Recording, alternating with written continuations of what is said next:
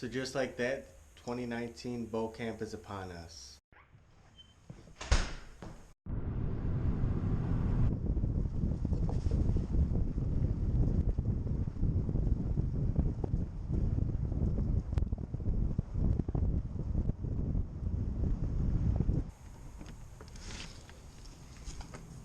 Friday, November 8th. It's about 3:12 p.m.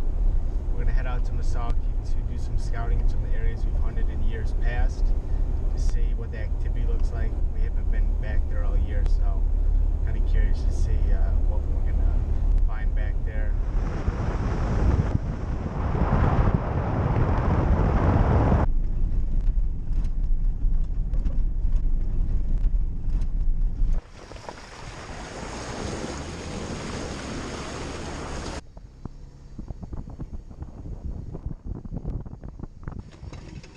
On the way back to where we usually hunt, we made a few stops along the way.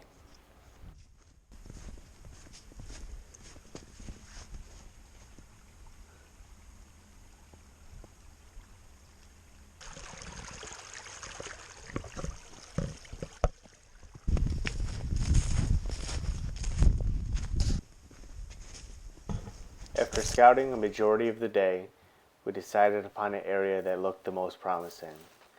We decided to split up and hang our tree stands.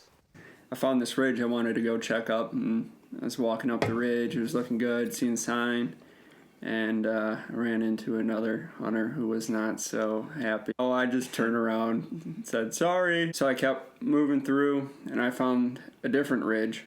Like Zach, I also saw some good deer sign. And also like Zach, I saw another area where somebody else was hunting. Trying to move further back into my own area, I ended up finding a good spot to hang my stand.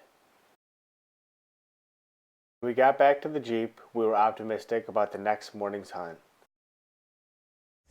It's about 7:05. Just I don't think it's shooting light not too long though, so see what happens. Jason here checking in. It is Saturday, November 9th at about 7:31. Got in the stand just before first light. No signs yet. So I went and hung the stand last night. New area for us. Somewhere we haven't hunted before, so this will be interesting. My observation set basically. The conditions outside.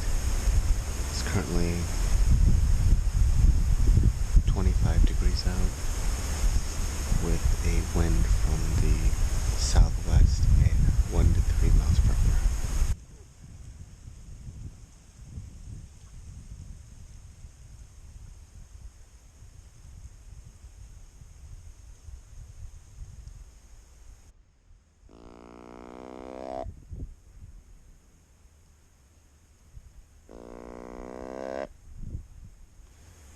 Just got back to the car, completed our morning sit.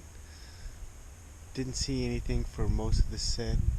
Near the end, I'd say around 10 o'clock or so, I saw a spike come barreling through. Actually ran right under my stand, which is pretty cool. Not sure if he was being chased or something spooked him, regardless, or picked up on my scent because he was kind of walking in the area that I came to the stand in. But regardless, he didn't see me sitting in the stand. He kind of ran right under and passed me towards where Zach was sitting. So overall, nice sit. Cool this morning, a little bit of wind, which was expected. Now we made the decision to pack up our stands and try somewhere else. So got my stuff all packed up, just waiting for Zach to roll on back. I didn't see any deer, but I was overlooking. I could see like the flat behind me, and then down into the little valley where there's like a little stream running through.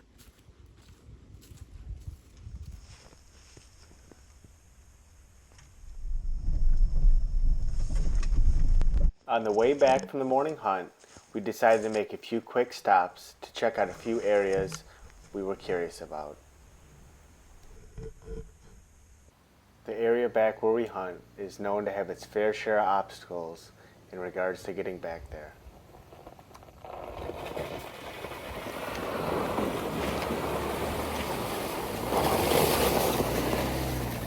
He even ended up seeing turkeys on the way back. After getting back to the house and having lunch, we set out for our next hunt in Roscommon County. So, did you see anything for that set? Again, I did not. Oh boy! But It's it a was recurring thing. pretty. It was kind of like the area I found reminded me of like 3 different areas we've hunted in the past, like all combined together. So it was really cool. It wasn't a huge chunk of land, but I would check it out again. To be honest. I agree. And what'd you see? So I hiked back into like the corner where the bog basically met some hardwoods.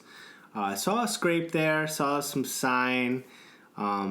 Saw some tracks there in that general area. So I was a little encouraged. So I kind of sat down in that area for a little bit. When I was slowly moving back, I ended up seeing 2 doe, probably around 30 yards or so away from me. It was getting pretty dark at that point, and there was some basically aspens, some thick trees between us. So there wasn't any sort of shot opportunity. Finally got set up. And about 5 minutes after that, I think it was like 7:55, I heard a deer run off, so I spooked something. And then about 5 minutes later, right behind me, I had some brush, but it was probably only like 20, 30 yards. A nice, probably 2.5 to 3.5-year-old buck walked through, judging by his body size. So actually, the funny thing about that buck, though, is he started to walk away, went to grab my grunt tube to try and pull him out, and I dropped it. I was thinking about leaving it, but I decided to climb down. It took 2 minutes. So I got back out there, and about maybe an hour and a half later, I decided to get the old Primos doe estrus bleat can out. Because I've actually, hunting in that area before, I've seen doe moving through, doing that estrus bleat. So I start to do it. Almost instantly, I see a buck like off in the ridge, like moving. I'm watching him with my binoculars. Again, I never really could see how big he was. He looked a little bit younger, but he moves through. He's like, I think he finally got to where he could smell me. And then he started like zigzagging towards me, like disappearing into the brush behind me where the other one did. Tried to bleed a little more just to see if it got his attention in the first place, but it was a no-go. But still, had some cool encounters with some bucks, so. Actually, quite a successful morning. I saw a doe come in around 9 o'clock or so. I don't think she saw me or winded me. She was just a little far away between some trees and stuff, so there's no shot opportunities. Second deer I saw was a spike about 20 minutes later, and I think he may have got spooked by somebody else because he ran right past my stand. So I saw that, and then about half an hour later, maybe at 10 o'clock, I saw one more deer. But he was kind of moving away from me, so it was kind of hard to see if it was a doe or a buck.